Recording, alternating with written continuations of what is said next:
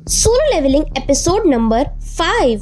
तो दोस्तों आज हम सोलो लेवलिंग के एपिसोड नंबर 5 का फुल एक्सप्लेनेशन देखने वाले हैं, तो वीडियो एंड तक जरूर देखना। तो बिना टाइम वेस्ट करे लेट्स बिगिन।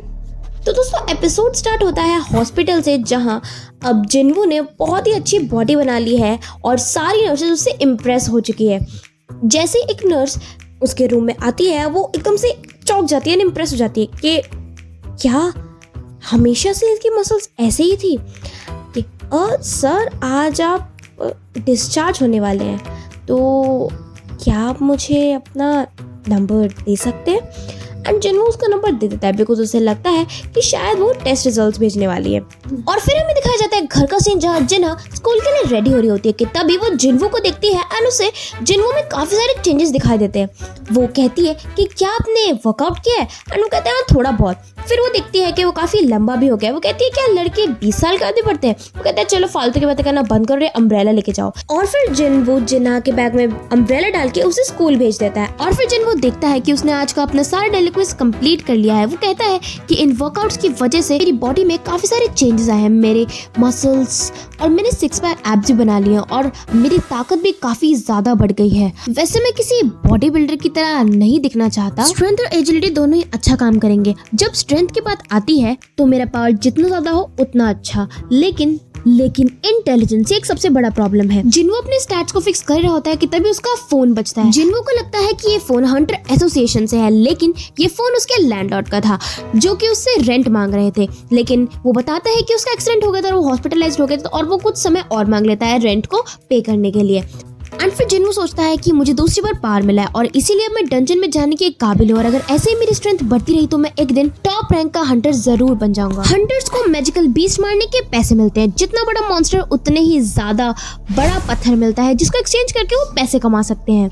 डी रैंक और ई रैंक के गेट ज्यादातर ओपन होते हैं और इसीलिए डी रैंक और ई रैंक वाले हंटर्स को ही गिल्ड एक्सेप्ट करते हैं। ये सब जिन्वू न्यूज चैनल पर देख रहा होता है।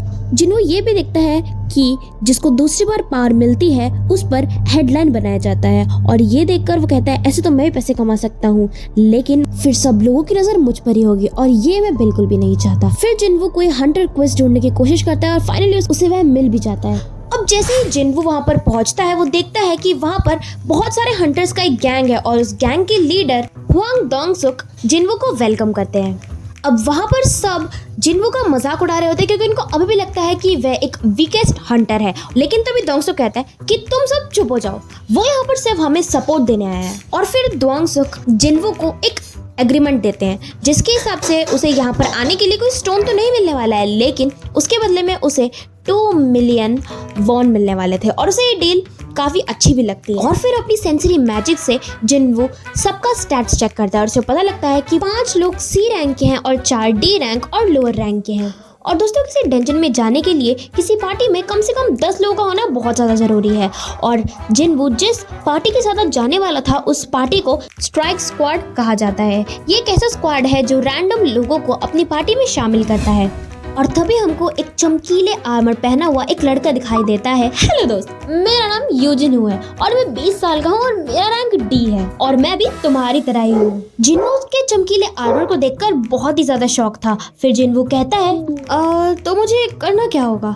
तब डोंगसुक कहता है कि ज्यादा कुछ नहीं, तुम्हें बस ये बैग कैरी करना है। फिर जिन्वू पूछता है कि क्या हमारे पास हीलर है। तब डोंगसुक कहता है नहीं, हमारे पास कोई हीलर नहीं है क्योंकि एक प्राइवेट हीलर को अपनी टीम में लेना बहुत ज़्यादा मुश्किल होता है, तो इसलिए हम ऐसा ही बिजनेस करते हैं। तुम समझ गए ना दोस्तों। इसके अलावा अग्रीमेंट में ये भी था कि अगर इस डंजन में किसी को कुछ भी हो जाता है तो इसका जिम्मेदार कोई भी नहीं है। इस बात को जानकर जिन्वू को थोड़ा तो शक होता है, लेकिन उसे पैसे की जरूरत होती है इसलिए उसे ये सिग्नेचर करना पड़ता है। और अब फाइनली अंदर जाने का समय आ चुका है। जिन्वू से कहता है कि इतनी चिंता मत करो, तुमने कहा ना तुम ई रैंक के हो, मैं डी रैंक और इसलिए मैं तुम्हारी रक्षा करूंगा। जाते जाते उन्हें रास्ते में एक अंडर कंस्ट्रक्शन बिल्डिंग दिखाई देती है जिसके बारे में हमें जानने को मिलता है कि उसका जो चेयरमैन था वो 900 मिलियन वोन का घपला कर वहां से भाग गया था। जिन्वू सबका बैग कैरी कर रहा था कि तभी यूजिन्हू कहता है कि अरे ये बैग तो बहुत भारी लग रहा है, क्या तुम्हें मेरी मदद की जरूरत है। लेकिन तभी जिन्वू कहता है नहीं, मैं उठा लूंगा। फिर जिन्वू कहता है कि क्या तुम हमेशा इतनी बातें करते हो। फिर यूजिन्हू कहता है कि मेरी बातें अक्सर लोगों को बहुत पसंद आती है, शायद इसीलिए मैं इतनी बातें करता हूँ। और फिर सब फाइनली डंजन के गेट पर पहुंच जाते हैं और डंजन का गेट बहुत ज्यादा बड़ा होता है। तभी वहाँ पर एक हंटर दुआंग से कहता है कि क्या तुम पक्का श्योर हो ना कि ये सी रैंक का ही गेट है, क्योंकि ये काफी बड़ा लग रहा है। तभी दुआंग कहता है कि तुम्हें क्या बकवास करो, तुम कहना क्या चाहते हो कि हमारा गिल्ड बेकार है? मैं यहाँ पर बहुत बार आ चुका हूँ और ये सी रैंक का ही गेट है। और फिर दुआंग सबको अपने पीछे आने को कहता है और ये सब लोग सी रैंक के गेट में आ चुके होते हैं। यहाँ पर बहुत ही ज्यादा अंधेरा होता है और तभी दुआंग यू वान नाम का एक हंटर है जिससे वो लाइट जलाने को कहता है। वो कहता है कि भाई बहुत ज्यादा अंधेरा हो रहा है, तो क्या तुम प्लीज यहाँ पे लाइट जला सकते हो? और तभी वो अपने मैजिक से वहाँ पर रोशनी ला देता है और तभी सब सोचने लगते हैं कि इतना अंधेरा है, यहाँ पे कोई मॉन्स्टर भी नहीं है। कि तभी जिनहो से कहता है कि क्या ऐसा कोई डंजन होता है जहाँ पर मॉन्स्टर ना हो? और फिर जिन्हो से शांत रहने को कहता है और अपने सेंसेस का इस्तेमाल करके अपने मन में सोचने लगता है कि अगर इस डंजन में लाइट नहीं है, इसका मतलब यहाँ पर रहने वाले मॉन्स्टर्स को डार्कनेस पसंद है और नॉर्मली मॉन्स्टर्स के लिए डार्कनेस में रहना मुश्किल होता है। इसका मतलब कि ये मॉन्स्टर्स इंटेलिजेंट है। और तभी जिन्हो को पता चल जाता है और वो बहुत जोर चिल्लाता है कि ये इंसेक्ट टाइप मॉन्स्टर्स है। और फिर हमें दिखाया जाता है इंसेक्ट टाइप मॉन्स्टर्स जिन्होंने सभी हंटर्स को घेर लिया है और फिर सभी हंटर्स भी तैयार है उन सबसे लड़ने के लिए। और हमें पता चलता है कि वो मॉन्स्टर्स और कोई नहीं बल्कि आंट मॉन्स्टर्स ही हैं। फिर सभी हंटर्स मिलकर उन मॉन्स्टर्स को हरा देते हैं। और फिर दोंगसुक भी जिन्हो की तारीफ करते हैं और कहते हैं कि जिन्हो तुम्हारे सेंसेस बहुत ज्यादा शार्प हैं। और फिर उसके बाद डोंग जो भी आंट मॉन्स्टर्स थे जो मरे हुए थे उनकी डेड बॉडी के पास जाकर कहता है कि ये बॉस थे या फिर कुछ और। उसके बाद जिन्हो सभी जितने भी हंटर्स थे उसको छोड़ के सबको एक बहुत ही बेकार स्मेल से देखता है और सोचता है कि भाई ये कुछ गड़बड़ करने वाले हैं पक्का से। उसके बाद दोस्तों जिन्हो से कहता है कि तुम्हारे पास ये जो स्वॉर्ड और शील्ड है ये बहुत एक्सपेंसिव है ना?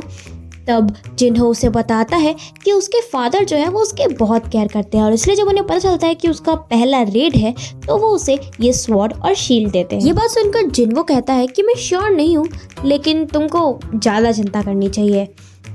वो अपनी सेंस और स्टैट्स को इस्तेमाल करके कहता है कि ये फीलिंग काफ़ी ज़्यादा बेकार है। और दोस्तों इसी के साथ हमारा आज का एपिसोड खत्म होता है। तो आई होप आपको इस वीडियो में मज़ा आया हो। तो मिलते हैं नेक्स्ट वीडियो में, तब तक के लिए बाय बाय।